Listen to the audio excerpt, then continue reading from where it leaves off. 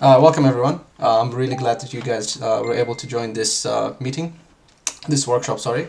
My name is Yusuf Khalid, and today I'll be talking about CMake, which is a tool that allows us to build and package C and C++ projects. Oh, apologies for that. Yeah, we're just gonna have to deal with it. Yeah, because my keyboard is pretty loud. I'm sorry about that. Yeah. Um, cool. I guess we could probably get started, or maybe we just wait a couple of minutes, yeah, for people to join. Cool. So maybe just a bit about myself. So my name is Yusuf Khalid, and I'm a graduate computer science student from UNSW. I've graduated start of this year, and yeah, I'm currently interning as a software engineer at Dolby. I'm really glad that yeah, I can see people responding, which is pretty cool. Nice. Um, it's going to take me a bit of time to kind of deal with the fact that there's a bit of a delay. Yeah, apologies for that. Okay, cool. All right, I'll probably get started now. Okay, so yeah, so CMake. I gotta ask you a question. Basically, that question is, has anybody used C or C++ before? I mean, the obvious answer is yes. Most of you probably did 1511 at some point, right? But my question is, have you actually used C, right? And that question is probably not unless you're an experienced programmer who has done C before. The problem is when we did 1511, all of the programs that we were, learned how to write were basically 1 or 2 file programs. We used GCC with it, and yeah, it never saw the light of day, right? This tutorial, I'm hoping to kind of expose you guys to a different world of C and C++, where you're actually able to build a project that other people could actually use, right? Potentially use. And that's using a tool called CMake. Okay, so what is CMake? So before we really get into what is CMake, I'm pretty sure you guys are familiar with JavaScript, Python, and maybe Rust. So JavaScript, for example, has NPM, right, as a package manager. And we've used it quite a lot, and it's made our life easier. We were able to do a lot of cool stuff with it. Python has pip, right, or conda, so 2 different package managers that are really nice and really popular. Rust has cargo, which is a really interesting and really nice package manager that the Rust lang has. But what does C have, right? C or C++, what do they have? I've never seen anything like a package manager that comes as close as npm or py for C and C++, which kind of makes, this whole C or C++ development quite cumbersome and, not that at all interesting for people, right? So Zach asks, what is C? Yeah, C is just a programming language if you're not familiar with C. And yeah, today we're just going to learn about how to write CMake projects or how to package C or C++ projects using CMake. By the way, this is not going to be a presentation, more of a workshop, so you're probably going to look at me code, because that's how I think that's the proper way to teach CMake. I don't think CMake can be taught in presentations. But yeah, let's move on to the next thing.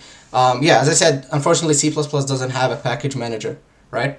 And so what does CMake provide us? CMake is a cross-platform build generator. So it's not a package manager per se, but what it allows us is to structure and build our C and C++ projects in a way that doesn't rely on the underlying operating system. So I can write a C and C++ project and package it with CMake, and then I can move on to Windows, and build that project, and it should work, right? Of course, there's some intricacies involved with that, but we'll probably get into that a bit later. Another thing that I like about CMake is the fact that we can integrate third-party dependencies. So if somebody else has built a library or a CMake project, especially, it makes it really easy to integrate their projects, right, with our project to build like a nice project. Another thing that CMake provides is a way to orchestrate tests. So CMake has a utility called CTest. And yeah, CTest is essentially just a way to kind of run tests that you write in CMake, or in C, essentially. And finally, it provides us with a way to package projects. Today I'll basically talk about how we can structure and build these C++ projects. I'll start from the very basics, and then I'll move on to a project that was written in C++, and then we're basically going to add CMake into it to be able to build it properly. Let me see if we have any questions. Yes, Liang says C is not the first language they teach in UCID. C is probably one of the most popular languages that people probably hate for, you know, a valid reason, and I do agree. It's a really hard language to write code in. But yeah, hopefully after this tutorial or workshop, that'll change. So basically, CMake is the closest we can get to a package ecosystem. So it's not really a package manager, but it kind of allows us to package projects, and we can integrate projects together. But it doesn't have like a repository where you can download projects from. So yeah, are there any other alternatives to CMake? Not particularly. There's a project called Conan, which is a new package management system for C++. The problem is that it's quite new and people are not really familiar with it, so there's not a lot of libraries on it, so it's quite limited in what it can offer. And all in all, it's basically built on top of CMake. So it really just boils down to CMake, right? So if you learn CMake, you're pretty much able to deal with a lot of different things. Some of you might have probably heard about something called Make. Make essentially is a way you can also, you know, structure your projects, right? And you can build your C++ projects with Make, and that's kind of something that is, you know, quite common, right? And you can see it in old legacy code. And if you're developing on one specific platform, that might be the, you know, the option for you.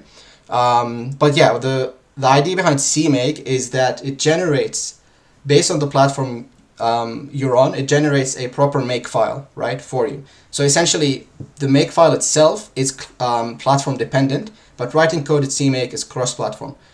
So essentially, when you're packaging your project in CMake, you can just run the CMake command on Linux, and then you get a make file that is, you know, for Linux. And if you go to Windows, you'll get a make file that is suited for Windows, and you can just run make and you can build a project. And yeah, you could possibly also install it. Yeah, so the problem with CMake is the fact that it has really abysmal documentation. I'm definitely going to say this out loud. CMake has one of the worst documentation you could ever find. It's just written for completeness. It doesn't have any examples or anything that could help you use it, right? It's just written for completeness, and you just need to go and scour like through pages and pages of documentation until you really find the answer. Yeah, so a good start would be this YouTube link. I'll probably share these slides with you guys after the presentation. But the idea is this YouTube link kind of is a talk from CPPCon about using modern CMake to build packages and yeah, C++ projects. Cool. Let me see if you have any questions. Alright, cool. No questions? Yeah, so let's just go get to coding time. I don't think anybody is really interested in seeing presentations.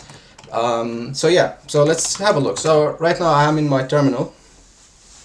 And we're going to start really simple, right? Actually, before we get into coding time, let's actually, let me see, where's my, yeah, so how do we download CMake? There's one or two things. So of course you could go to CMake download, you click on that link,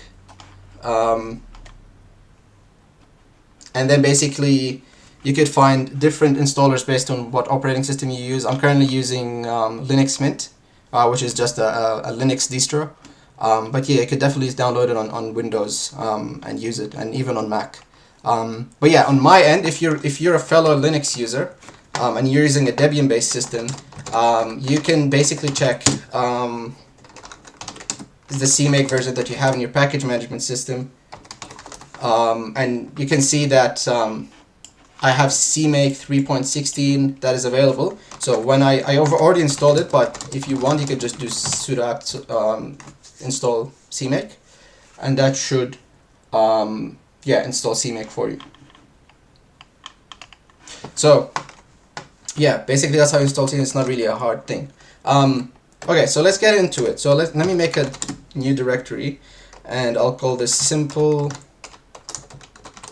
CMake example.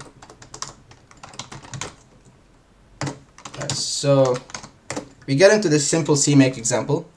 The first thing you need to do, first of all, let's just write a file, like a program, right? So I'm going to use C++. You can use C if you want. Let's just write a simple hello world program. So you don't really need to be familiar with C++ to follow the tutorial, but it would help if you actually did, but that's fine. So yeah, basically I'm just creating a main program that returns 0, and we have this good old cout hello world, right?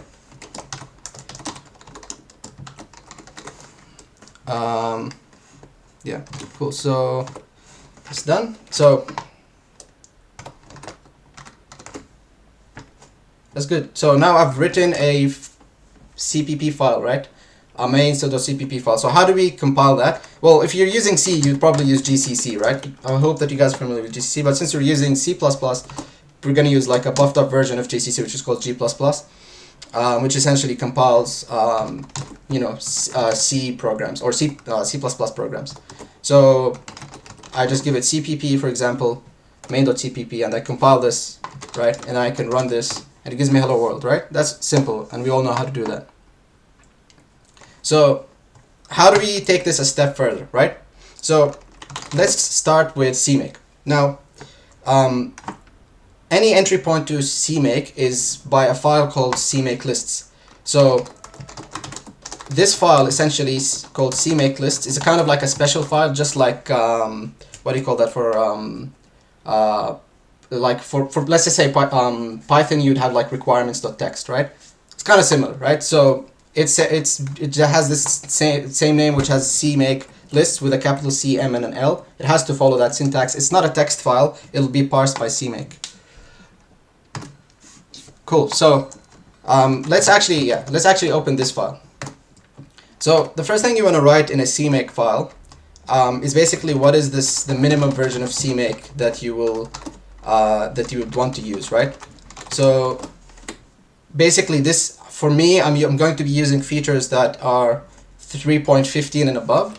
So I basically just say that the CMake version that I support is anything equal or above or equal 3.15, right?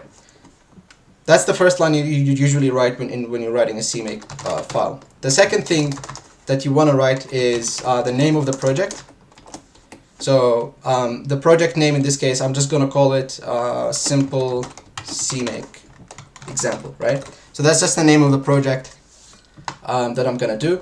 The second thing I want to do is adding my file. So I've written a main.cpp file, right? How do I integrate this? Well, the main.cpp file is essentially an executable, right? Because it has a main program.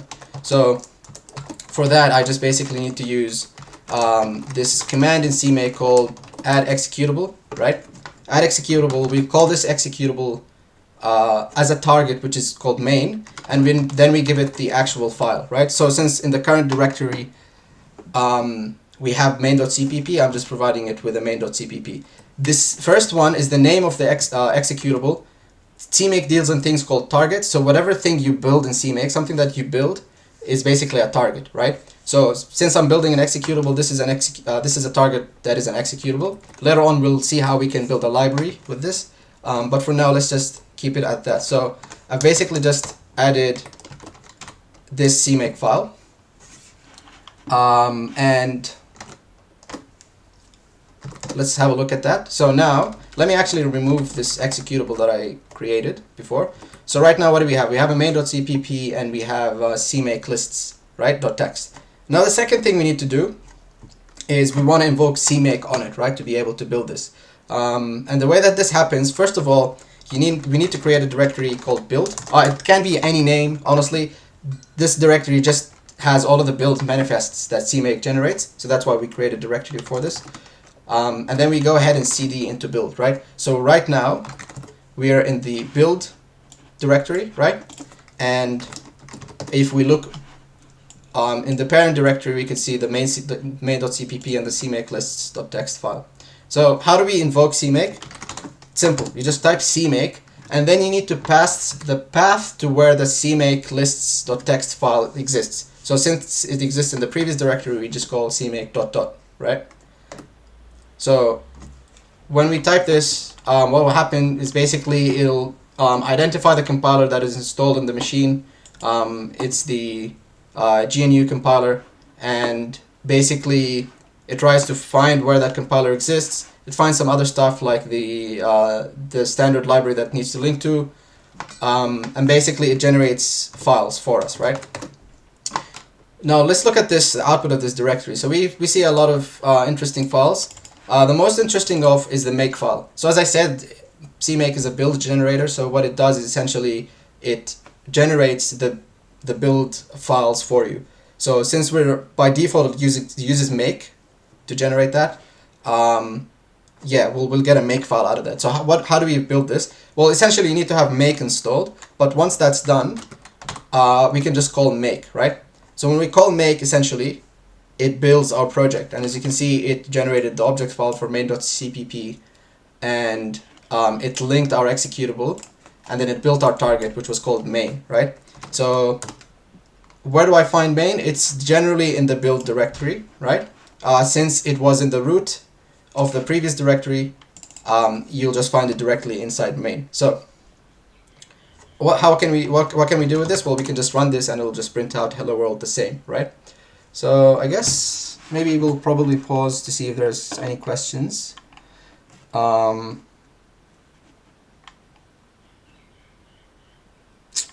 no questions. Yeah, I use Vim because I'm based. Yeah, not Arch, yes, because I haven't reached a point where I'm good enough for Arch Linux. Yeah, and plus I like to make my life easy, so yeah, that's probably one of the main reasons why I use Linux Mint. Cool, sounds good. Alright, sounds good. How are we doing on time? Okay, so what can we do next? Okay, so now that we've built an executable, let's try and build up something you know, a bit more interesting. Let's just say this simple CMake example is actually building a library. Can you run CMake in the root directory? Yes, you can, but the problem is it'll generate those build files in the root directory, and that will clutter up everything, right? You don't want the build files to be mixed with your source files, right? So that's generally why you make a directory called build, and then yeah, you just run the CMake from that directory. Okay, so sounds good. Cool. So let's see where we're at. Okay, so now we said we built an example called main.cpp. Let's have a look at a more sophisticated example where I'm trying to build a library target, right? So essentially when you're dealing with C++ projects, the way that you need to structure your program, if you have includes header files, they should go into a directory called include, right? If you have source files, they should go into a directory called source, right? And if you want to provide executables as examples to that library that you're developing, you put it in an examples directory or an example directory. So let's do that. So actually we have a question. Does it matter where the CMake lists .text is located? It's essentially the first. So you're going to see now that we're going to have multiple CMake lists.text files, but essentially the root CMake file has to be in the root of your project. That is generally how it is. So that sounds good. Okay, so now let's have a look at how we can write a simple library, right? So as I said, we need to have a directory for includes, so that's generally the include directory. We need to also make a directory that contains our source files, right? And then we need to have a directory that it has our examples, right? Which I'm going to move my main.cpp inside examples. So how does this look right now? I essentially have an example directory, include and source, and my build directory, right? At the root CMake.lists. Now, let's go ahead and look at the main CMake.lists file and see how we can write that. So essentially in the root CMake.lists file, you shouldn't be doing anything that is related to building the targets themselves. Those things should be delegated to the source and include directory and the example directory exclusively. What you should be doing in the CMake lists.txt file is actually adding those subdirectories, right? So we're going to use something called an add subdirectory command, which essentially, what an add subdirectory does, essentially, like it includes that directory, and it executes the CMake file inside that directory, right? So include, if I have any CMake logic for building that specific directory, then I'll put it in a CMake lists file that exists in the include directory, and then I would add that directory as part of the root CMake file, right? So since I have two different directories in here, include and source, I'll do add subdirectory. I'm also going to give the users of my project an option, right, of whether they want to build the main file or the example file or not. So generally how we do this is you say option build examples. So basically option creates a variable and stores an initial value in it unless you override it when you call the CMake command. I'll show you what that means in a second. So basically we say build examples whether or not to build examples. That's basically the what the description of that variable would be, right? So, and then basically we set the value of that variable. So by default, build examples would be on. If anybody wants to know what that string means, this whether or not build examples, is basically this is used by the CMake GUI. So CMake actually has a GUI that sometimes is used, and so it basically gives a description to that variable, right, as an option that developers might want to have turned on or not, right, based on what they want to do with the project. So now if we have this option build examples, we also want to check that if build examples is on, right, we want to add our our source, the example subdirectory. So directory example, right? So essentially what this will do, by default build examples is on, so by default this if statement will execute and will add the subdirectory example, which will then have all the logic that we need in CMake to build that example target that we have, right? So that's that. I can also add some sugar in here, and I could message the status of this execution. So when we actually integrate this example, I could basically print out to the standard output a message that says building examples, right? So that basically allows us to kind of see what's going on. So now if I do run this, it'll fail, right? The reason being, I'll show you why this will fail. So if I go to CMake and I do CMake ... it'll fail. The reason being is that example doesn't have a CMake lists.txt file, source doesn't have a CMake lists.txt, and include doesn't have it as well. So essentially add subdirectory just executes the CMake lists.txt file inside that subdirectory. So you need to have that inside each directory. So let's do that. So let's touch include CMake lists.txt, and we also touch source CMake lists.txt, and we'll touch what else, the example, right? So CMake lists.txt. Okay, so now if I go back to build, or I'm already in build. Oh, actually this is not good. I was in a different directory. That's fine. It's okay. We can just run the same commands in here. So we'll touch them in here. So okay. So how does this look like? My include has an example. Sorry, a CMake lists. My example has it, and my source has it. So that's good. If I go back to build and run CMake again, it should work, but it's not doing anything, right? So the CMake lists there is empty, so it's not really doing anything. All right, maybe we'll see if there's any questions. Does it just need to be in the same folder as the CPP or the C file? Not necessarily, Jack. I'll show you an example where you don't have to do that. It depends. So it's the thing is about CMake, it's not a declarative language, it's a scripting language. So essentially you can do anything with it. So I'll show you ways that people generally structure their code, but this is one of the ways you could do that. Okay, cool. So where are we? So we've created those CMake lists files, right? So let's go ahead and actually fill them up one by one. So let's start with the include. That should be not in the build directory. I always make a mistake. So we are in the source directory, right? Sorry, in the root directory, and we go into the include directory. Now, we have a CMake lists file. Let's talk about what generally happens when you're building a library. So when you're building a library, you have header files that people would include to use your library, right? So how that would work is that you have, as I said, a directory called include, and then generally you would create a directory that is the same as that has the same name as your library, essentially. So let's just say my library is called simple CMake, right?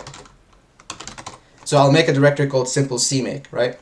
And then inside simple CMake, so right now I'm in the include directory inside simple CMake, right? I will put my header files. So let's start with a print hello.h, right? So a print hello.h essentially is just a file, a header file that has pragma once. Pragma once is just a way of saying do not include this file more than once. It's necessary if you have a file that defines some things in C++ or in C. So you don't want this to be included multiple times because you don't want multiple definitions, otherwise it won't compile. So essentially, in long story short, whenever you create a header file, just add pragma once. That will prevent it from being included multiple times in the translation unit. But yeah, so let's define something quite simple. Let's define a function, right? That's called print hello, right? That does nothing, right? It just, at this point, it just does just prints hello world to std out, right? So we declare this in the header file, and you know, if you've done 151, you've probably heard of this thing called an abstract data structure, right? Or an abstract data type. It's kind of the same thing. We declare the data type or declare the functions in a header file, and then we implement this in a source file. Yeah, so that's cool. So we've defined this function. Let's just give it a simple comment. Let's say prints hello world to standard output, right? That's essentially what it does. Cool. So now we look into this simple CMake directory. We have a header file in there. Let's go back one directory up and let's look where we're at. So currently we're at the include directory, and we can see that we have this directory called simple CMake, right? That has the header file inside, right? Now we basically need to write the logic inside the CMake lists to be able to use this directory. Essentially, right now, for our example, we don't need to do anything in here, right? So that's fine. Like, you can just keep it as it is. We don't need to fill this CMake list.file with anything because we're just defining a simple header file, and we don't really need to do anything other than that, right? So this CMake lists.txt file can be empty, but we just need to fill it with one thing, which is the project that it belongs to. So the project that it belongs to is the same as the project that the root belongs to, which is simple CMake example, I think it was called. Let me just double check. So I'll just save this. Save this. So if I go up a directory, if I look at this project, it's called simple CMake example, right? So this is the root CMake file that we've just written. So that's good. So now that means this CMake list is, belongs to the CMake list that is that was declared on top. Okay, cool. So now that we have a CMake lists file, we can go ahead and work on the other CMake lists file, which exists in the source directory. So let's go into the source directory. We've declared a CMake lists file in here. Before we start working with the CMake lists file, let's actually implement this print hello function, right? So we'll have a function. We'll have a file called printhello.c or cpp. What we do in here is basically we just include the header file that we want to implement, right? The one that is printhello.h. Now this is an interesting thing. Generally, when you're writing libraries, those public headers that you exposed to the users of that library, as I said, they have to be in an include directory, and inside the include directory, they would be under a directory that has the same name as the library, right? So in this case, it was simple CMake, right? When you include them, it's really crucial to follow this design procedure, which is include simple CMake, right, slash print hello, right? The reason being is that, oh, actually, I'm probably not going to this now, but the idea is, since print hello is a public header file for the library that clients will be expected to use, we're basically, whenever we reference this in our code, we would reference this as the clients would reference it, which is, do simple CMake print hello. So that's basically how you should generally do it. Now, basically, we want to compile it, right? So, or we want to implement this. How do we implement this? We need to use std out, right, to do this printing to standard output, or IO stream. Yeah, so that's that. Now let's go ahead and actually implement this. So print hello. What does this do? It basically just does stdc out hello world and then new line, right? Cool. So now basically we have an implementation of our function, which is quite nice. Of course, my Vim is not going to recognize the simple CMake lists just yet because we haven't set it up in CMake, which is fine. We'll do it now. So now that we've saved this, let's go ahead and edit the CMake lists file in the source directory. So in the CMake lists file, this is where things get actually interesting. We need to, as I said, always when you're adding subdirectories, you basically need to just name it the same name as the root project. So this is called simple CMake example, right?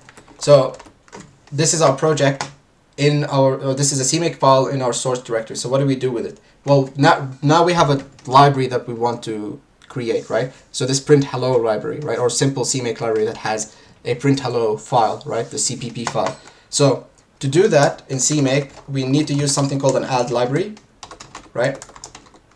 And an add library basically is just an aggregate of all of the CPP files that are part of this library. So what is my library called? It's called simple CMake, right? That's what I decided to call my library. So simple CMake has the files, right? The following files. What following files? It's the print hello.cpp. So what I include in my directory is, or in my library, is the print hello.cpp file. That's part of the library that I'm building, right? And then after we do add library, simple CMake print hello.cpp, we need to basically tell this library where to find its include or header files, right? As I said previously, print hello.cpp complained that it couldn't resolve the header file. And the reason being is that we still haven't defined where to find the header files for that specific library, right? And all targets that use that library. So we use something called target include directories, right? And what target include directories does is you need to give it the name of the target for which you're actually adjusting the include directories. The second argument can be one of three things. It can be multiple of them as well, but there's three different settings that you would set those header files to be: private, public, and interface, right? I don't want to really go into too much detail just yet, but for now, I'm just going to keep them as public, okay? So public means essentially whoever's linking to that target, right? Whoever's linking to this library will also get access to the include directories of this library. So they can, for example, use simple CMake slash print hello.h, right? And so what are these include directories? Essentially what we want is the include directory we have in the top, in the root project, right? So it will be something like CMake project current source directory. I think this should be source.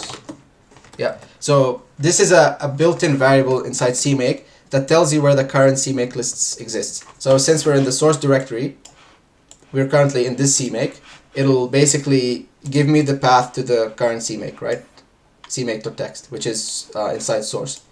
what we want to do after this is basically we want to go up a directory because we want to access our includes, and we said just say include. So basically what we're saying is all of our header files that simple CMake uses are inside the root include directory. So starting from source, because this is where the CMake lists.txt file exists, going up a directory and then going into include, right? So that's good and all. Now that we've done this, we should be able to compile this fine. So let's just save this, and then let's actually try and see if this compiles. So we'll go back to the build directory, and then we would run CMake again. So it actually does compile. Oh, sorry, it does run the CMake with no issues. That means we didn't have any issues writing the CMake files. But now, when I ran make, what it actually did was create a library, a static library called simplecmake.a. So what simplecmake.a has is that print hello function, right, that we can use, right, as well as the include directory being part of that target that we've built, right? So where does that directory exist? If you go to source, if you do build/source, if you ls that directory, you'll see that library being built in here, right? So that's pretty cool. This is a static library. You can also build a shared library by specifying, if you go back to the source directory, I just want to show you this real quick. If I go to the source directory where I had this print hello, you can actually build a shared library by just saying shared, right? So right now by default it builds a static library, but if you want to build a shared library, you can use shared. I don't want to go into too much detail about what shared libraries are because that's really yeah, it's a different topic for a different time, but let's just keep it as static for now, right, for the time being. So this builds a simple CMake library which is static. Cool. So now let's work at on the last part of our puzzle, which is the example, right? So we've done the include, right? We've done the source. Now we just need to do the example file. So with this example file, we have a main.cpp, which is an executable. So let's maybe try and modify that first. So our main CPP wants to utilize, it's an example executable that wants to utilize our library, right? So ideally what we would want to do is it would include simple CMake print hello, right? .h as a user of that library, right? Don't worry about, you know, this error. This is because it's not resolving the include just yet, which is fine. And what we want to do is we want to call this print hello function that we defined in our main program, right? So none of these are resolved just yet because the header file is not yet resolved, but that's fine. We will save this, and now we want to modify the CMake list file that exists next to it, right? So let's go ahead and do that. So same thing, it's a CMake file, so we go ahead and give it the project name, simple CMake example. I think that was the name of the project. And then now, since it's an executable, we've done this before, we need to say add executable, right? And then when we add an executable, what do we call this executable? We call it main, and then we give it main.cpp, which is the source file to that executable. Now, once we've added this executable, we need to basically link it to our library, right? Because if we can link it to our library, we can access those header files in the include directories, right, of that library, and we definitely don't have the definition of the print hello function, so we need to link against that library. Now, as I said, modern CMake deals with these concepts called targets, right? So this executable is a target. That library that we built was also a target. So to link libraries into a target, we use something called target link libraries, right?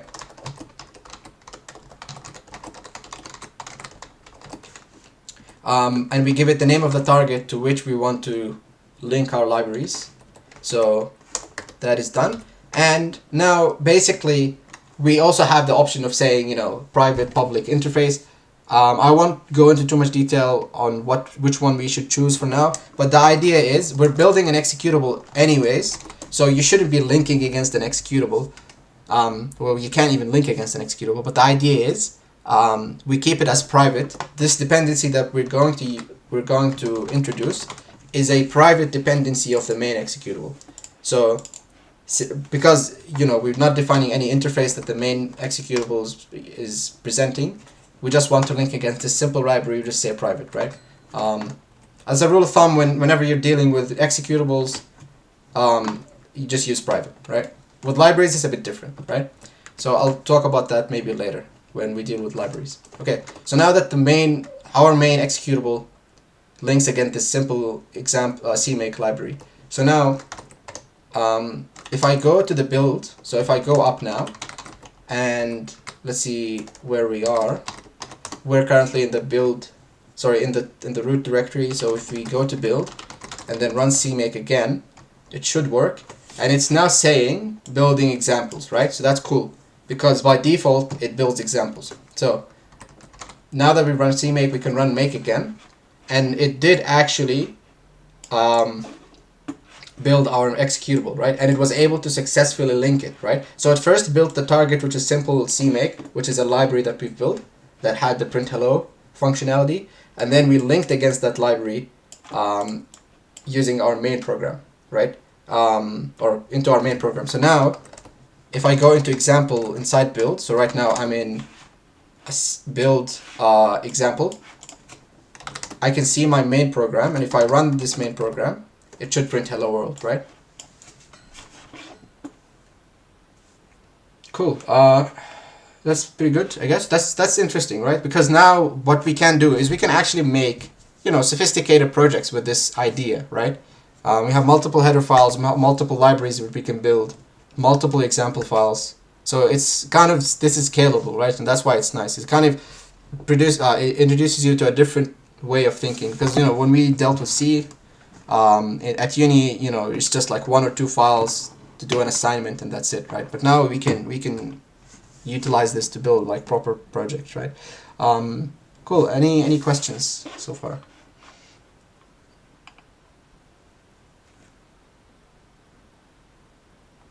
Yeah, I don't think we have any questions, so that's cool.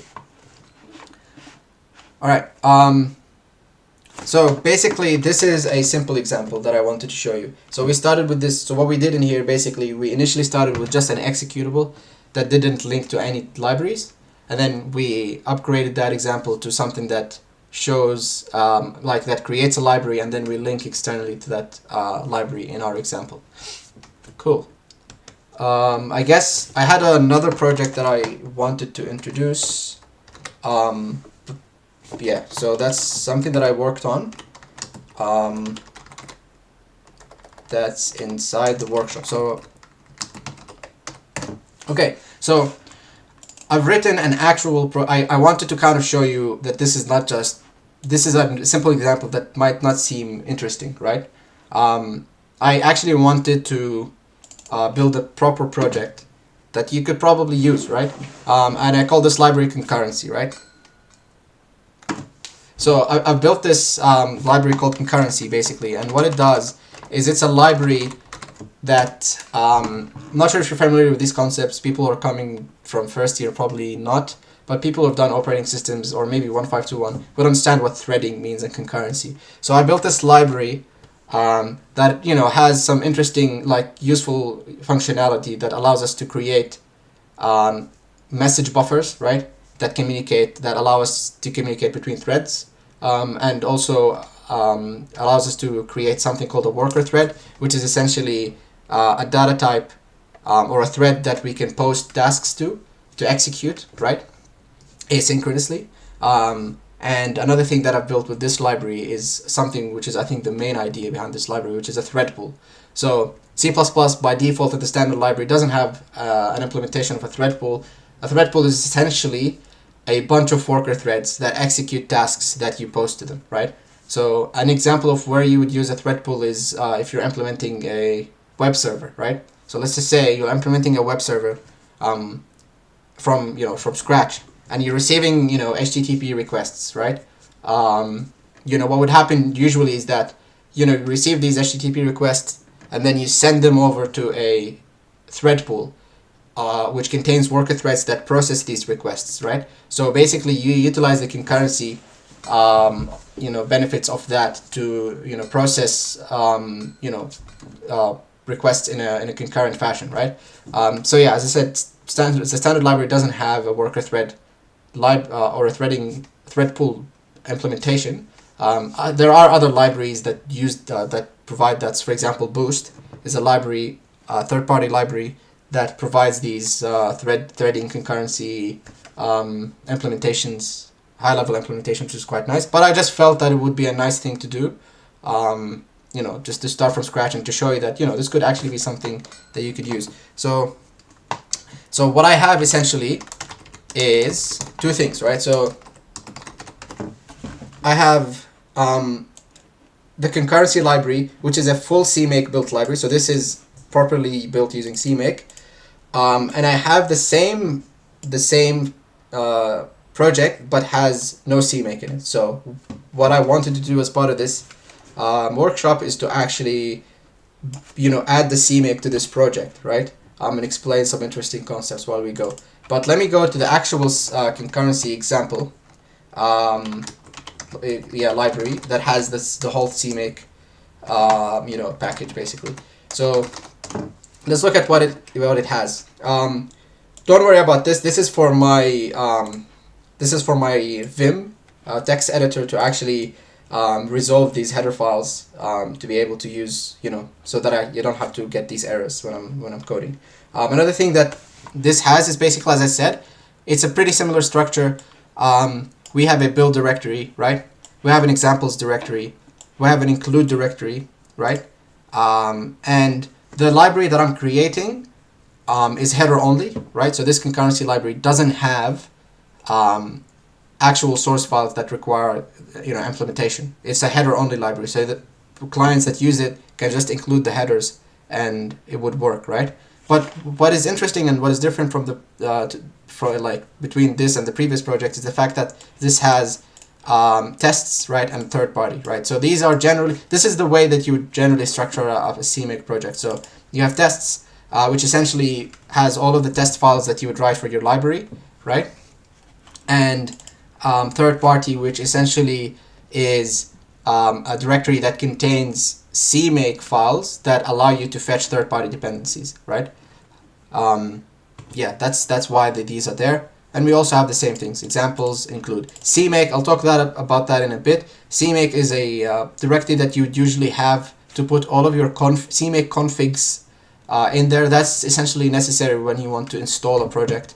So you want to package and install a project, you usually put the CMake config files in here. Alright, so let me go into the tests actually, or actually let me go into the examples to show you how this library is used. So I'm going to the examples and I have my main.cpp file in this example. So don't worry about those things that are being unresolved, but that's fine. So basically how I would use this library is I would include this thread pool header file from my concurrency library. So I would do concurrency/threadpool.h, right? And then I would instantiate a thread pool that has 10, that allows us to post up to 10 tasks before it blocks, and it has 5 threads underneath that thread pool to execute those tasks, right? Essentially what this is less than, greater than template is something called a template, which if you've done Java, you'll probably be familiar with this. Basically it's just saying that this thread pool executes a task, which is a function that takes a void that has a void return type and takes nothing as a parameter, right? So I can post tasks of that function type to be executed, right? So what I'm doing here is essentially I have a task essentially, which is a lambda function that just prints out to hello world, right? And what it also prints out to hello world is the ID of the thread that this is executing, right? I don't really want to go into too much detail of what is happening here, but on the high level, I have this pool that I can post tasks to. So since I have up to 10 tasks that I can post to this pool before blocking, I'm just running this for loop that posts this task 10 times, right? And then I'm syncing with the pool. So before I return, I want to make sure that all of the tasks that I've posted to the pool have actually been executed. So I'll do a pool.sync, right? So that's how I decided to structure this API. But that's kind of how the library works.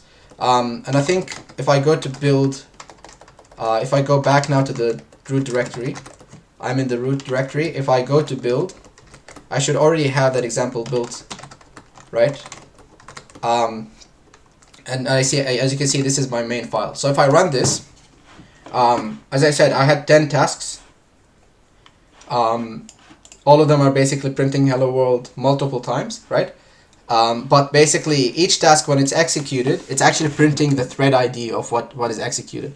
Since I initially specified like 5 threads, right? As you can see, like we have 5 threads. Each thread is actually taking 2 tasks. So as you can see, the thread that ends with an 8 has taken those 2 tasks, right?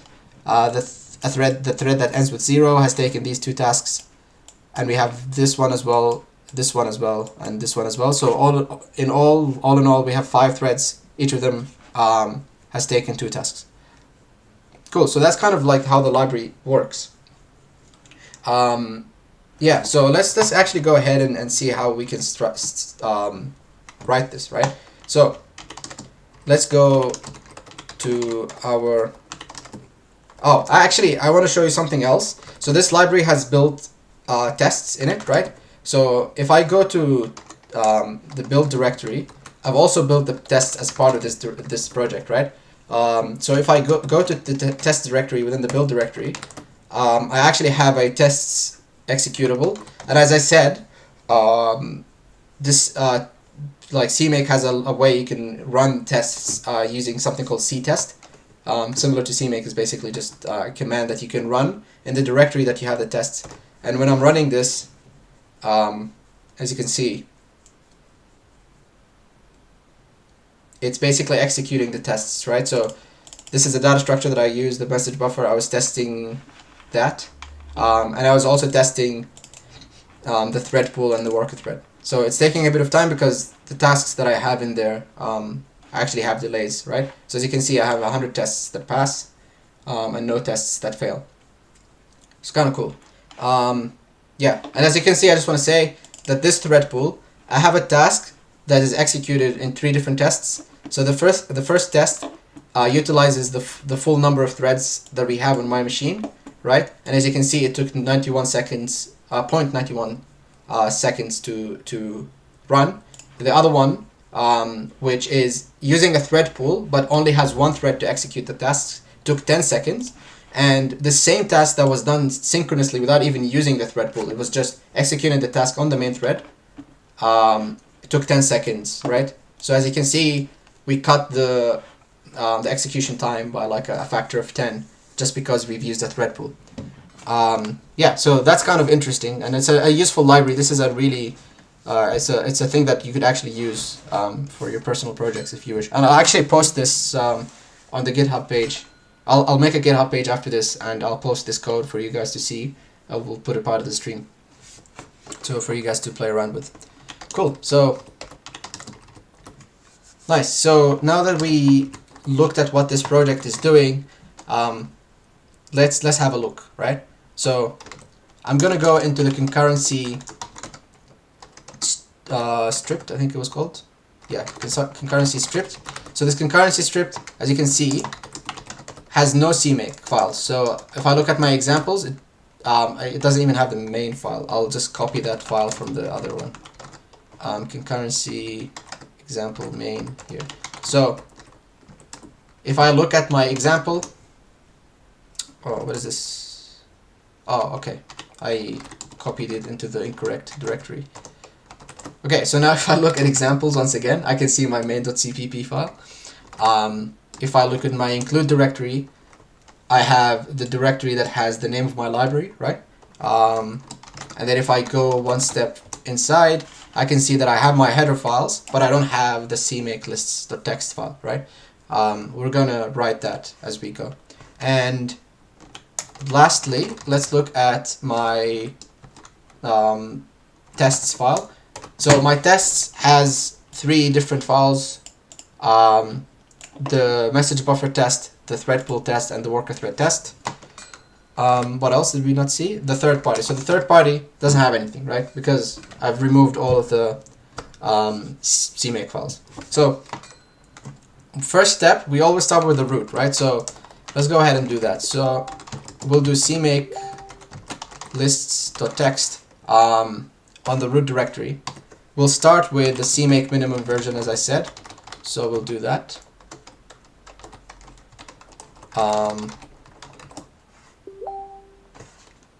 Did I think? I think it was called minimum required. Sorry. Yeah. So CMake minimum required. We want version 3.15 and more, right? So cool. So now that we've done that, let's also name our project. So what is this project going to be called? We're going to call it concurrency, right? So that's done. Now, as I said, in the root directory, you essentially would want to add subdirectories of the things that you have, right? So initially, you should always add the third-party directory first, because the reason being, you want the third-party CMake files to execute first. If there are any dependencies that are needed by any other directories, you should have these ready first. So that's why you should call the add subdirectory on the third-party library first. The second one is your includes, right? You should always do the includes before your source files if you have a library that has source files. Simply because if you have logic that sets up these include directories properly, that's why you should have it before. And since I don't have, since I don't have a source directory because my library is just header only, I don't need a source directory. But what I actually have is tests that I might optionally want to build, and an examples directory, or some examples that I optionally also want to build. So what we'll have is 2 of these things. So option build tests. I'm not going to give it any like description. I'll just keep it as an empty string. Optionally it'll be on. Yeah, so by default build tests will be on, build examples also will be on. So that's cool. So now once we've done that, we want to say if we want, or if the client wants to build the tests, right? We go ahead and message, same thing, same kind of idea.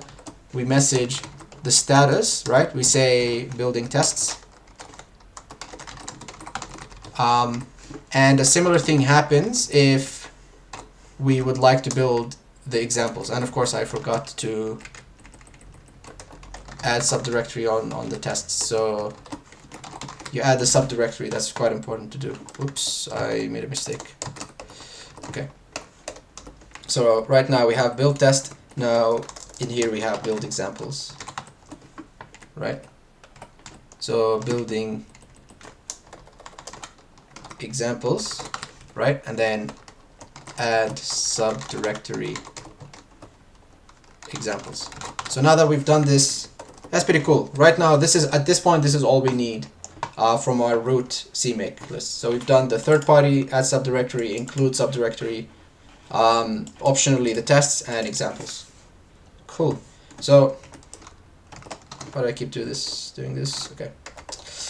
Yeah. So now that the root CMake list file is done, let's go ahead and touch the other files. So we'll do include CMake lists.txt. We'll do that the same thing for everything else. So let me do that. What else do we have? Was it the examples, right? And finally, our tests. Okay. Now, what would happen? What should happen now if I go and make a directory called build, and I go to cd build? I should be able to execute that it won't do anything because I actually haven't defined anything just yet. I just added these empty CMake files, but at least it'll tell me that it's actually building examples and building tests, which is what I want, right? So that's pretty cool. Let's start with, what should we start with? Okay, so let's start with our tests. The reason why I want to start with the tests is because I want to show you an interesting feature in CMake that I haven't done yet, which is how do you include third-party libraries, right? So I previously told you you can include third-party projects into your project, and what we're going to be doing is getting or using Google Test, which is a testing library used by Google or created by Google to write C and C++ tests. So we're going to use that library to write our tests. So how do we include that in our project? So we essentially go to the tests directory, right? And then within our CMake lists.txt, we'll do something. But before we do that, actually, let's just do that. Okay, so we go into our CMake lists for the test directory. We'll give it the name of our project, which is concurrency. And then what do we do? So we need to use a feature of CMake called fetch content. So fetch content is essentially saying fetch that content from this URL and include it as part of the project so that we can use it. So that is essentially what this does. So we do include fetch content, and then we use this function within that. It's called fetch content declare. What fetch content declare is basically declares what we're going to be fetching. So since I'm fetching Google test, I'll be calling this Google test. And then the second argument is the Git repository, right? Now, I don't have the Git repository memorized, so this is a good, yeah, it's a good way to actually go ahead and actually get that Git repository from there. So how do we do that? Keep doing this by mistake, I apologize. We'll get back to this file in a second. Let's go ahead and fetch the URL. So you basically just type Google test, right? You get this Google testing and mocking framework, right? They also have something interesting. You can get this URL, so you can get the Git repository URL, like you can literally just get this HTTPS one and then just compile it. But what you could also do is they have a specific CMake documentation to help you get started with CMake. So that's kind of nice of them. So this is how you should integrate Google Test. I've used Git repository before if I wanted to actually get the GitHub repository, but if you have a pre-built or like a pre-packaged zip file, you can use URL, so it doesn't have to be Git repository. So I'll do that, right? So I'll basically just copy this, right? This URL. I'm just going to copy the whole thing. Okay, now when we go back here, we'll go ahead and insert that. Oops, I made a big mistake. So we'll insert that, and we won't need this Git repository because we're actually getting a zip file, right? A prepackaged zip file, which is good. So now the next step would be to actually make it available. So here we yeah. So here in our fetch content declare, we've declared that we want this Google test library and we've provided the URL, but we haven't made it available just yet. So to make it available, we need to do something like this. So there's two ways of doing this. Fetch content make available is one option, right? And then you just give it Google test, right? And that should work. But I'm going to be doing something which is equivalent, but just a bit different. And I'll explain why that is the case. First of all, we're going to go and take the long road in here. So we're going to do a fetch content get properties. And what we do is we give Google test into this function call. Basically, this fetches a bunch of properties from this object that we've declared, which is the Google test object essentially. And then basically what we want to check is whether this Google test library has been populated. So whenever you call this get properties, it actually defines a couple of variables. So one of them is the populated, whether it's actually part of our project yet or not.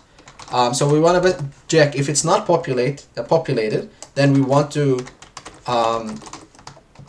populate it, right? So we call populate on Google test, right? And then this will basically populate the Google test directory for us. The last thing we need to do in this is we need to do add subdirectory. So not the populate, essentially think of it as actually fetching the project from this URL and then extracting it, right? And then what we want to do is we want to do add subdirectory. Again, remember this command we've used. We want to add two subdirectories, which is the Google test source directory, and we want to add the Google test binary directory. So don't really, it's kind of like, this is how it's done. Like, there's not really many questions about why this is done. The way that they've designed it is kind of disgusting in this way, so we gotta just deal with it. But yeah, so the last thing I want to add, which is essential, is something called exclude from all. The reason why I want to do exclude from all, this might not seem obvious right now, but just because CMake will fetch this project, right, and it'll include all the targets, you know, into the project. When I want to install my library, I don't want this project's targets to be installed again as well. So that's why I have this exclude from all. So the exclude from all is just a way to say exclude from all the targets that are part of my project, because I don't want to install it with my project, right? Okay, so now that we've done this, we can actually go ahead and see if this works. So now that I've defined this, let's go to the build directory and run CMake on this. So as you can see now, it's going to take a bit longer, right? Because it actually is fetching the tests. That's why there was a bit of a delay. But now, if I run make, it doesn't build anything because we haven't defined, right? We haven't defined the targets, like no libraries, no CPP files just yet. But if I look into dependencies, I can actually see the source directory of Google test, and I can see the build directory of Google test and all of its stuff, right? We don't really need to look into that, but I just want to say that it's actually fetched the project and it's part of our project now. Cool. Where do we go from here? So maybe I'll give a chance to see if there's any questions. Yeah, still no questions. That's cool. That sounds good. All right, cool. So now that we've done this, we've set up the tests directory, but not entirely just yet. But we're gonna continue on this, right? Let's go back to the root directory and see what we have. So let's have a look at the include directory. So let's work on the include directory, because essentially the library that I'm building is header only. So most of the work is going to be in my include directory. So if I go to the include directory, I can see that my CMake lists.txt file is there. Let us just give it the project name concurrency, right? To specify that this CMake lists is part of yeah, our concurrency project, right? So now we have an include directory, and as we can see, this include directory contains two things, right? It contains a concurrency directory which has the header files, right? And it has the CMake lists which we currently have open. So what we want to do is we want to declare a library, right? Because we're essentially building a library. So we're going to be creating a library. Well, what are we going to call this library? I'm going to call it concurrency, right? With a small c or a lowercase c. Now, this is going to be an interesting thing, because as I said, this library is header only, right? And if we want to declare a library that is header only, we have to use something called an interface, right? So this interface keyword is saying that this library that we use is header only, right? Doesn't contain any source files. So what do we add to this library? We want to add three different files. My message buffer file, right? I want to add my worker thread file, and I want to add my thread pool file, right? So this declares the library and it adds the 3 different header files that we have as part of our library. Now the second thing we want to do is, I'm going to talk about something interesting, which is this library uses a third-party project called Boost. As an example, I just want to show you where that is. If I look at my message buffer, for example, my message buffer is using a library called Boost. It's a third-party library, right?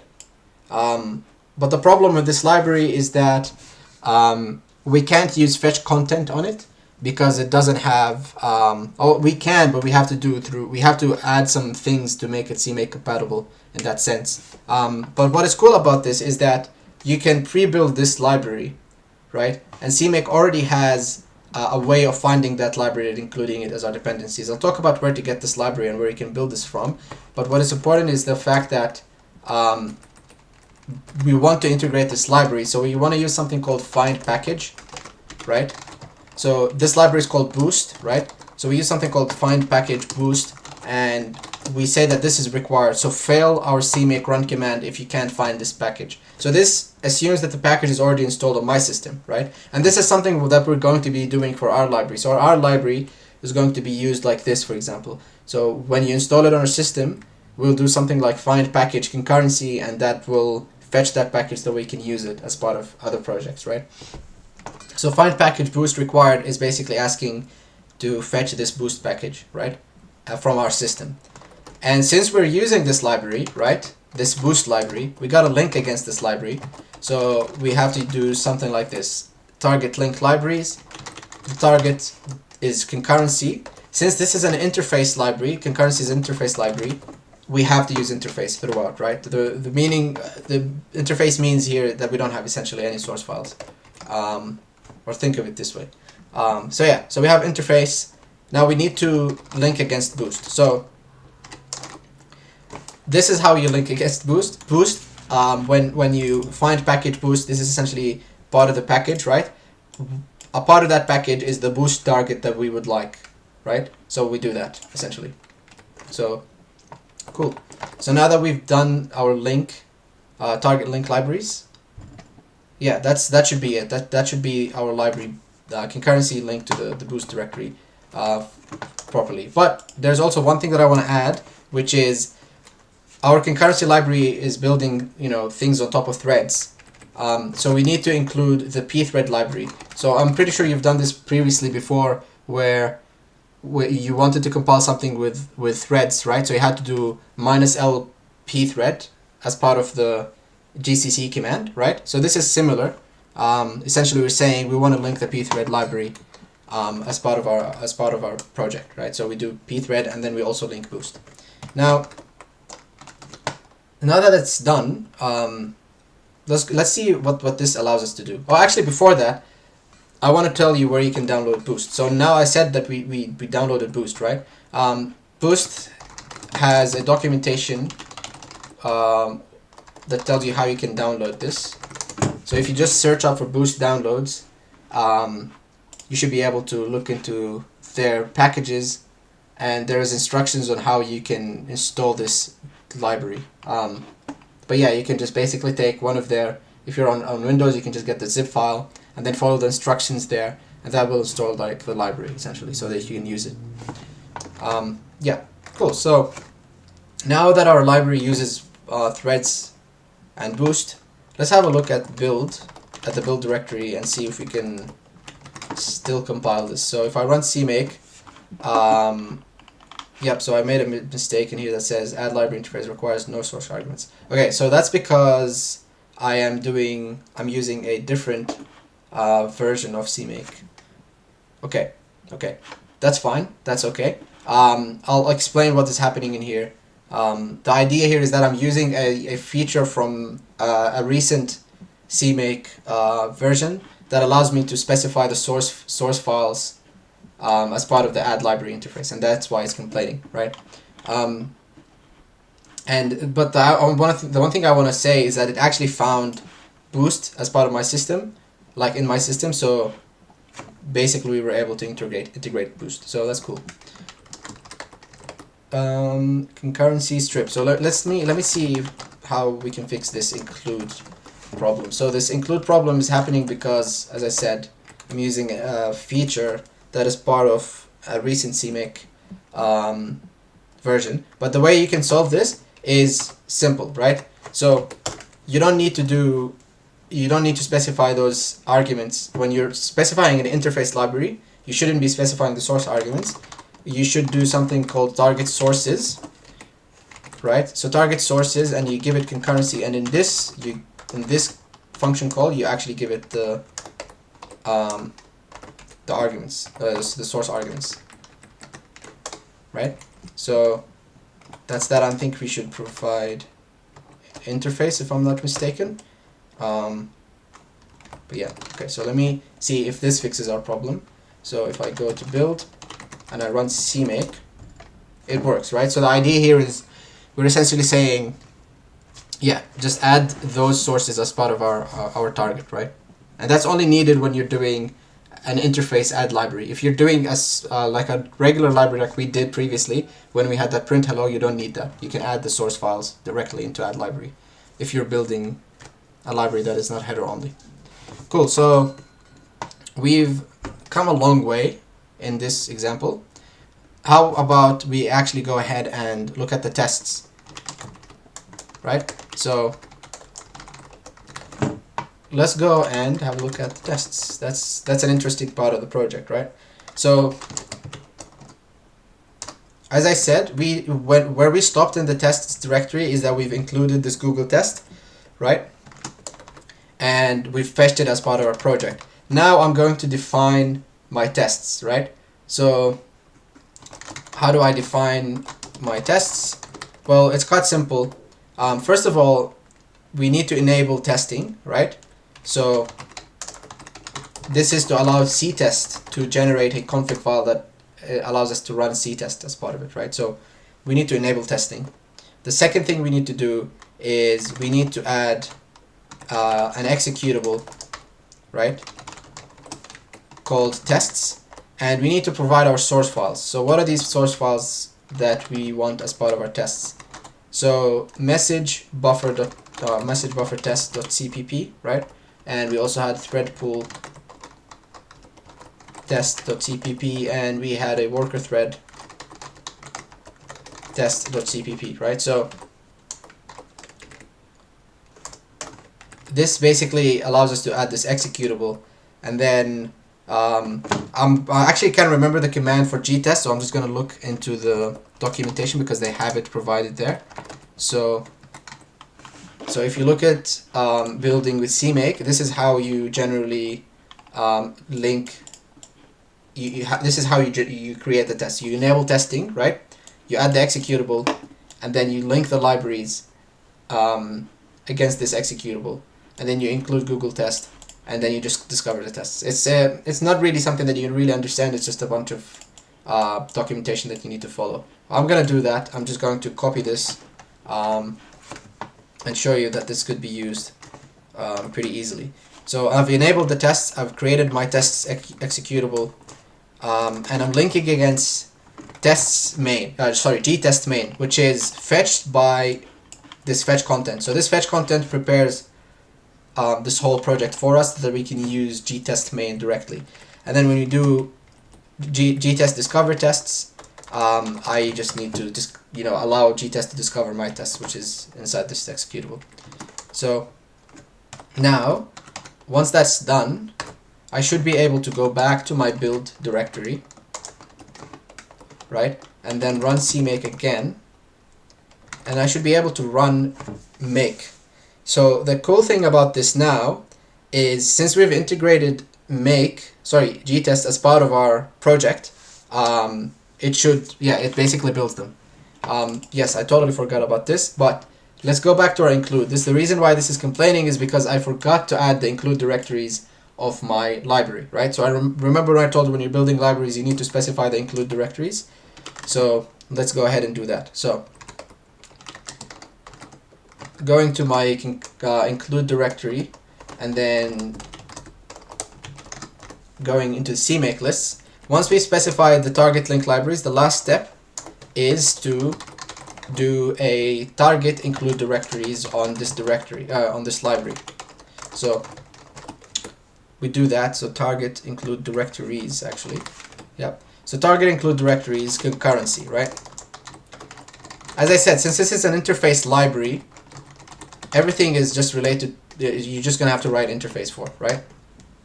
So where do we put this? Where are the include headers, right, for this? So where do we find them? It's essentially in our CMake current source directory, right?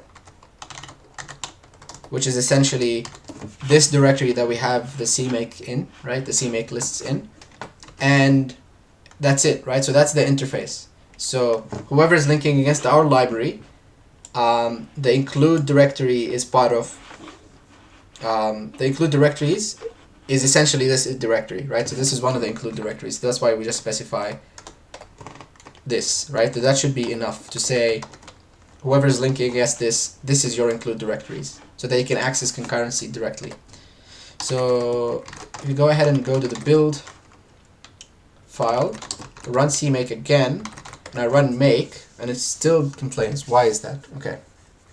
Concurrency, no such file or directory. That's actually a good thing. Interesting. Let me see what I did wrong in there. Yeah, so this is something that you probably have to do quite a lot when you're writing CMake, which is just debugging why things are happening the way they are. Yeah, let me see what I did wrong. Target include directories, interface, CMake current source directory. That should be it, I believe. Unless target include directories. That should be it. Why is this not working? Interesting. I'll have to figure out why that is the case. I'm gonna go back to the old project, the one that doesn't have the CMake files part of it, and see what I did wrong in here.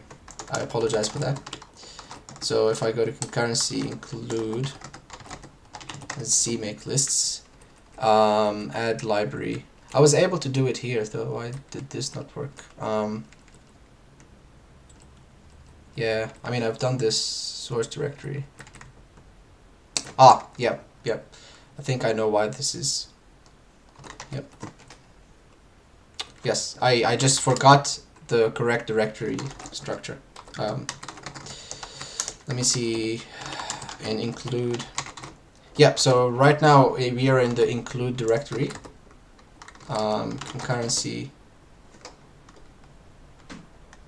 Whoever is linking against this is supposed to be.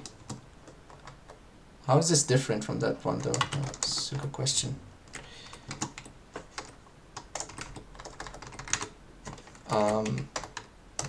That should be dot slash, and then interesting. Oh, I see. I see what the problem is, and that's, I think, fine.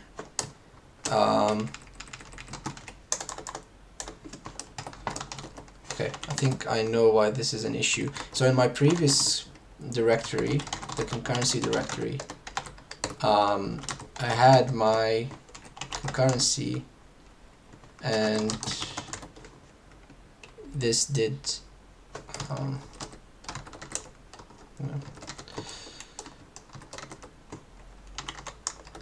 and then include CMake lists, CMake install directory, CMake current source directory.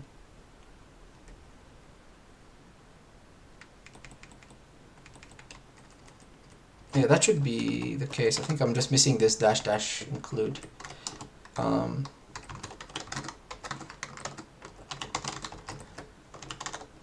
CD include. Okay.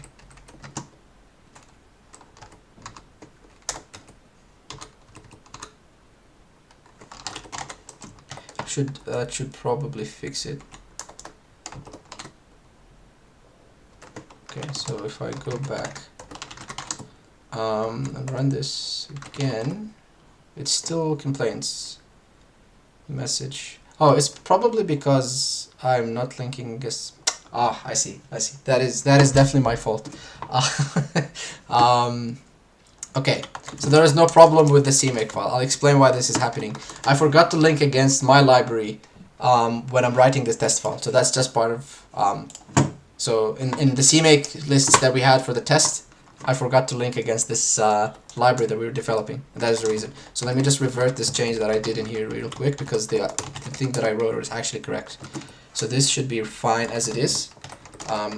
And if I go back in my test, I'll show you why this is not the case. cd concurrency stripped tests and CMake. Okay, so this is the reason why this is not working. When I'm linking libraries against my tests library, my tests executable, I forgot to link against concurrency. So when I add that, that should fix it, or I hope so. Yeah. So why is that an issue? Has no member named read. Why is that an issue? Does not name it. Okay, so I need to use std7 C++17 for this, and I forgot to specify that as part of it. Okay, so that's cool. So going back to the roots, so this was complaining because I'm using a C++17 feature. So that's fine. The way you would specify the C++ version that you want to use is by setting CMake CXX. What was the variable CXX version? I think. Let me just remember that. CMake variable CMake CXX version. Yeah, CMake CXX standard. Sorry, CMake CXX standard is 17. So I think that, I hope, should fix the error that we were getting. I apologize for that. CMake, the make. Do hope that this fixes it. Yeah. Anyways, does anybody else have any questions in the meantime? Yeah. So this fixes it. Yep. So that was that was an issue on my end. So because I was using a C++17 feature, you need to specify that you're using C++17. So the cool thing is now we've built the tests, right? So that is it, right? That's a big part of the project, right? So we were able to build the tests. So if I go to the tests now, right?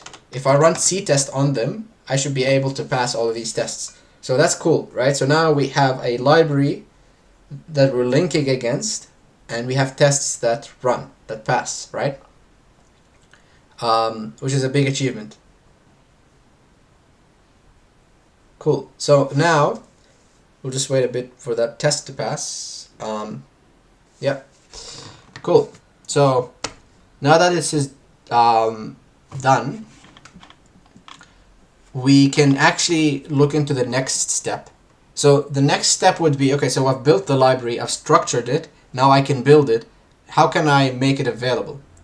And this is something which is a big topic in itself, but hopefully I'll be able to build a simple installer for this library. So the way how can we install this library essentially, right? So let's have a look at that. So the first thing you need to do when you're installing a library, you need to understand two things essentially. Something called a target, which I've already said or explained, which is it could be a library, it could be an executable, it could be pretty much any of these things. And when we're installing, we're essentially installing those targets as part of an export group. An export group is essentially a project. So let's imagine in my concurrency project, I have multiple libraries, right? I have a concurrency library I have a thread pool library, I have some timing library and whatever, right? So all of these different targets, if I actually build them in my project, I can install these targets under one export group, which is the concurrency project. So a similar thing with Boost. Boost has a lot of different libraries within Boost, but they're all installed under the same project, which is just Boost. So we're going to be doing the same thing, except we only have one library as part of our export group. So how do we do that? So the most amount of work is actually going to be inside our include CMake.list file. Now, after we've essentially defined our library, right? We've defined that this is an interface library that has 3 header files. We've defined what the dependencies are in here, saying we need to link against pthread and Boost, and we've defined where the target includes are. We actually go ahead and try and install these. Install this library. To install this library, we need to set a variable that contains all of our header files that we would like to install. So we would call this concurrency interface headers, right? So those are my header files, which are basically those 3 header files, right? So if I just copy those header files and set them as part of my variable, which is the concurrency interface files, I can go ahead and actually call the install command, right? And specify that I want to install these files. Where do I want to install these files? Which are specified, by the way, in this variable, right? The concurrency interface headers. Where do I want to install them is specified after something called the destination. And where would that destination be? It would essentially be something like this. It would be the CMake install include dir, right? And then slash concurrency. This might seem like a lot of things happening at once, but this is how it's done. Essentially, we're saying CMake installs include dir is essentially specified in a way by the builder of this library. So whoever's going to be using this library and building it to install on their system, they're going to specify where they want it to be installed. So we're going to leave that up to them. But essentially, wherever they decide to install it, we're going to install it in the include directory of those header files, and we're going to install it under the concurrency header, right? That's how it's done. And then one thing we also want to do is we want to install our targets, right? Which is our concurrency target, right? We want to install this target as a whole as part of this export, which is the concurrency project. So that should basically say I want to install this target as part of my project, which is the concurrency, and I want to install whatever file is generated. I want to install this file into where do we want to install? So we want to install this in CMake install, same thing specified by the user of this, specified by the one who builds this library. We want to install it under libdir/CMake. So this is a convention that has to be followed. Whenever you're installing targets and things that CMake will actually use, you'll need to install these config files essentially under libdir/CMake, right? So now that it's done, we've specified that this target is part of the concurrency export. So what does that mean? That essentially means that if I go to my root CMake file, right? Since the root CMake file is the one that is, let's say, in charge of the whole project, it's the one that is in charge of installing this export, right? So in here we need to specify that we need to install this export, which is called concurrency. And where do we install this export? We install it directly, exactly the same where we install the targets, right? So we do CMake install libdir and then /CMake, right? So now this basically means I've exported my library as part of this concurrency project, and I've exported this project in wherever the client wants to install it, right? What this means is essentially that we can use this now in other projects by including the exported file, but this is not going to happen because this is cumbersome, right? So we're going to define something interesting, which is the CMake config file. Yeah, so basically, once we've defined this export, we need to define one more file, and that should be the end of this part of the project, which is the config file, right? So where do I remember when I said we want to define CMake, whatever config files we define, we need to find them in a CMake / directory. It's not a necessary thing, but it's good, like in terms of organizing your code. So now we're in the CMake directory of this project. So we can actually go ahead and do something like this. We basically need to define a config file. The config file has to be named this way, right? So it's the name of your project, right? Which is essentially concurrency with a capital C, but it doesn't matter the whether it's capital or lowercase, right? Or uppercase or lowercase. But then it has to be followed by config and then that .cmake, right? This is essentially the thing that allows us to use find package. So remember when we did find package with Boost? Boost defined a config file that tells the project how to include the file, the project, right? So we're going to be doing the same thing. There's an important thing we need to do, which is basically figuring out where this file name component is. I don't really worry too much about this, but essentially what we're doing here is we're trying to figure out where we are in this directory, right? So it was called, I think, the CMake current list directory, right? And then we want to get the path out of that, right? So we want to get the current self directory, and then what we would want to do is we would like to include the export file, the exported targets, right? So the targets that I've defined, which is concurrency, that library, we want to include that as part of this config file. So where do you find that? So it's inside self dir, where the config file was installed, and then it will be under CMake, and then concurrency.cmake.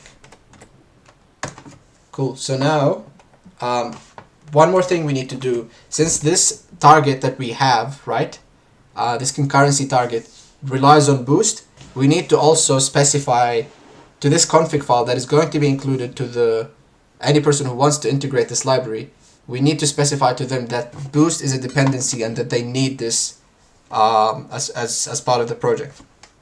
So how do we do that? We need to include something in CMake called CMake dependency. I can't remember the name of it. I'll have to get it from Google. I think it's called CMake find dependency macro.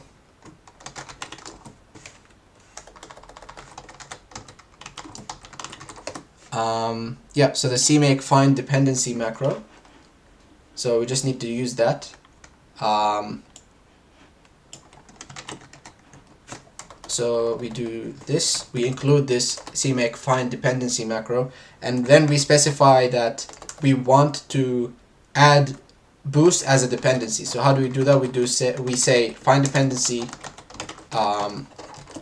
Boost, right? And we want to say that this dependency is required. So you need to be able to include Boost as a dependency in our library when you install this. So with that being said, I think this is the last file we need to generate. So the last thing we need to do is going back to this root CMake list, so the one that defines the project, and we need to install this file. So we need to install files. Which file do we want to install? It's the CMake concurrency config file, right? And we want the destination of that file to be wherever we installed the other files, the other config files, which is, same to this, which is, I'll just copy that. So it has to be the same as this. So essentially what we've installed our export concurrency, and then we've installed this is the config file. I know at this point this sounds like pretty to like it's pretty complex, and I agree with this. CMake is really finicky with this stuff, but it's something that you just have to memorize, I guess, and use in your projects, right? There's definitely some tutorials outside that kind of show you how to do this. But yeah, so once that's done, we should be able to go into our CMake. Now, as I said, the clients who want to build and install this library can specify where this CMake file should lives, right? So, or sorry, where this project would live, or where it would be installed. So how do we do that? We need to specify an argument to the CMake program, and the way you specify arguments in the CMake program is by prefixing it with -d. So that would be small CMake install prefix. And for that, I don't want to install it globally. I mean, for all, like, you can definitely install it in /user, right? /local, but I don't want to do that, right? I want to install it somewhere else. So I'm just gonna make a temporary directory in here called root. So as you can see, it's just a root directory. And what I'll do is I'll go inside my build directory and I'll specify that I want the install prefix, right, to be wherever that directory is. So I'll start from the actual absolute path, not the relative path. So we'll go to code, and then we'll go to workshop, and then we're going to go concurrency stripped, and then root. So that's where I want my project to be installed. So once that's done, I think I've made a mistake. In here it says target interface sources properties.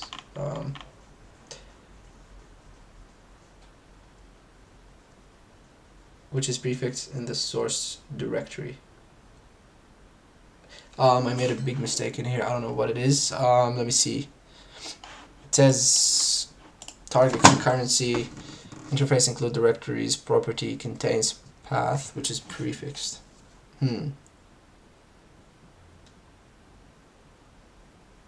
Prefixed in the source directory. Why is that the case?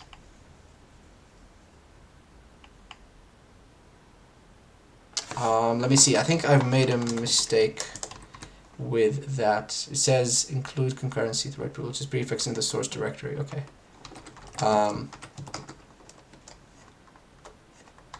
Let me see. So I need to go to the include directory where I've defined this actually. And let me see.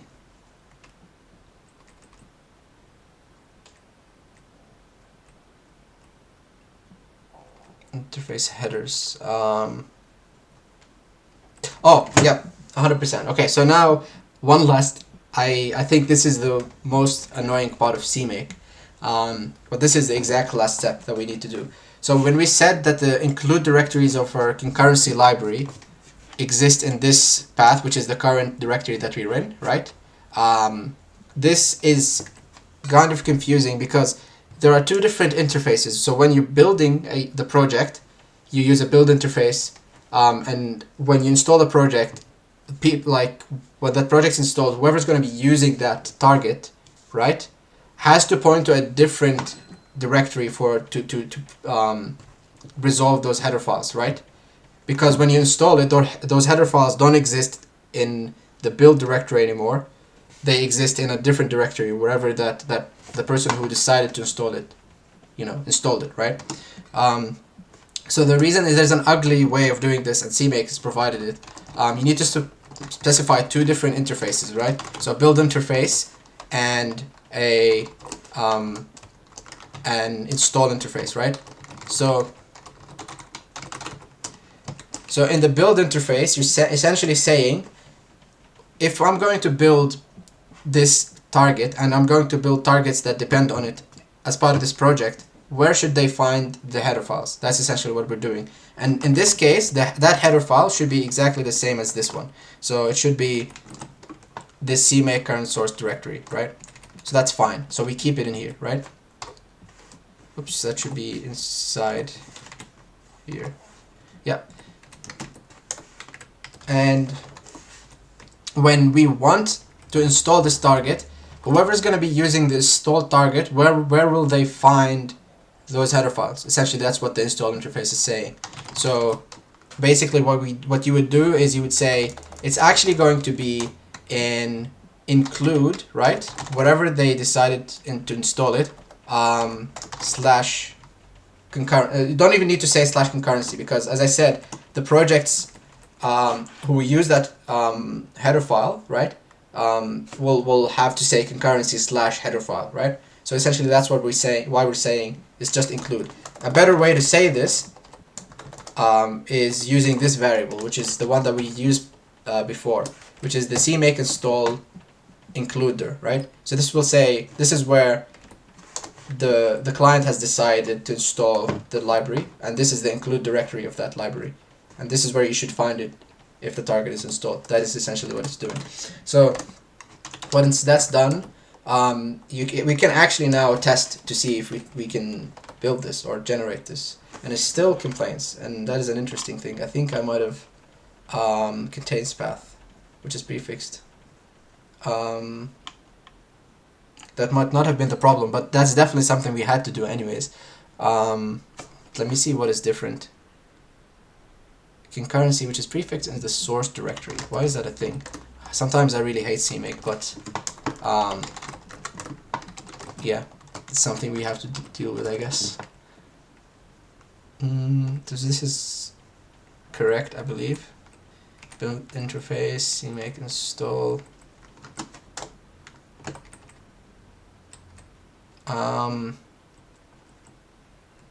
Okay, let me go ahead and do a quick peek and cheat a bit, if that's okay with you guys.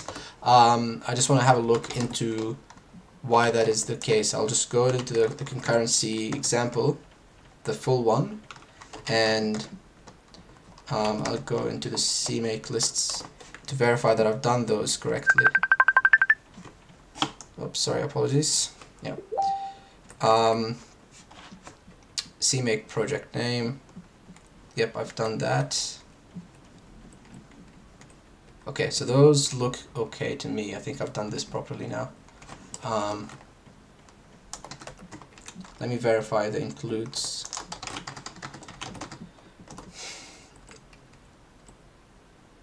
So done the same thing. So we've done the install and build interfaces.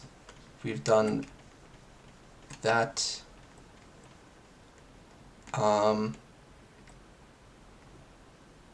We've installed the target as part of libdir concurrency CMake, and that looks fine. I'm not sure why that is the case. Yeah, so it's essentially, I think this is probably correct. So I've done something wrong somewhere, but in the interest of time, I think what I'll do is I'll switch over to that previous project that was actually working, and I'll show you how this will be built. So this is the one that has the full CMake files, right? So the concurrency one. And if I go to CMake, to the build directory, I can actually specify where I want to install this. So I will want to install this inside CMake install prefix to the code directory cc sock workshop and concurrency, right? And then root. So I'll probably need to make a directory called root before doing that. So I'm gonna make a directory called root in here. Oh, I already have it. Okay, that's good. cd build. And now if I run CMake, I should be able to install the project. So it should be slash code cc sock workshop concurrency, then root. Okay, cool. So that's good. Now I'm able to build this, and I should be able to build the tests and main, right? And then I should be able to install it as well.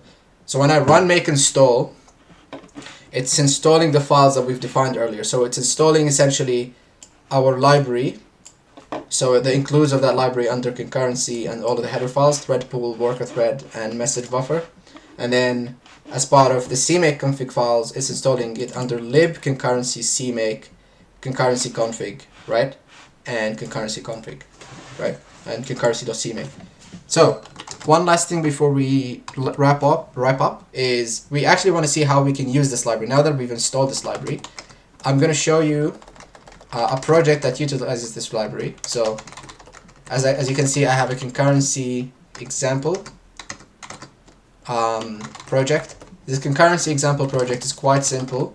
If you look at CMake.list file, it's just an example usage file. It says find package concurrency config required. I'm using CMake standard C++ standard 17. Don't worry about this line. This is just for generating the compile commands for my editor, my Vim editor. So that's not really necessary. I'm essentially just I'm creating an executable called main, and then I'm linking against my library. So that library that I've defined, I'm just linking against this, right? So basically, if I go ahead and just show you the code real quick, the main program is essentially doing exactly the same thing as that example main program I had. It's just doing this hello world from thread task, right? So that's fine. That's just Vim kind of not really, yeah, it's acting edgy. Anyways, okay, cool. So in our build directory, I can run. So now I want to build this project. So how do I build this project and integrate? I need to specify where I installed my project. So previously I said my project was installed under that root directory, right? So I've installed it there. So I need to specify the prefix path to find that directory. So in the CMake command, I'm specifying this path, which is code work CSE sock workshop, and then what was it? I think it was called concurrency, right? And then root. So this is where my project should be found, essentially. And I think I made a mistake because, yes, I'll need to remove the cache. That's fine. And then I'll just run this again. So now, what it's done is quite nice. It's basically, integrated my library, which is the concurrency, and it was also able to integrate the dependency, which is boost, which is quite crucial, right? Because boost is a dependency in my project, right? So now if I run make, I should be able to run, build main, and if I just go ahead and run my main program, I should get something similar, right? So I'm getting, this hello world from various different threads. So I have 5 threads that are executing this. So essentially, that is pretty much how CMake is used to create projects. It's not a breezy experience. It's not like a package in it, or like it's not like it's a difficult thing to do, and I believe that the only way to actually learn CMake is to just go ahead and write a project with it, right? And yeah, just get help when necessary. Yeah, I guess that's pretty much wraps it up for this workshop. I really hope you guys enjoyed this. Yeah, like interesting introduction to CMake, and I hope that you guys enjoyed the errors that I've had to face while writing CMake code. But yeah, cool. Does anybody have any questions? So the problem with YouTube is there's a bit of a delay, so I'm not really sure when a question is going to arrive, but yeah.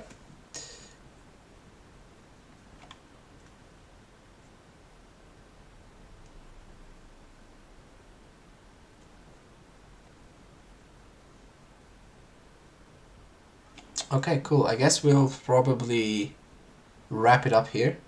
If nobody has any questions, I really enjoyed, giving you guys this tutorial, and I really hope that you guys actually build something with CMake. If you have, built something with CMake, then please reach out to me and show me what you built. I'm really interested to see what you guys can make with CMake and C++. But yeah, anyways, that wraps it up for our workshop, and I hope you guys enjoyed. Cheers. Bye.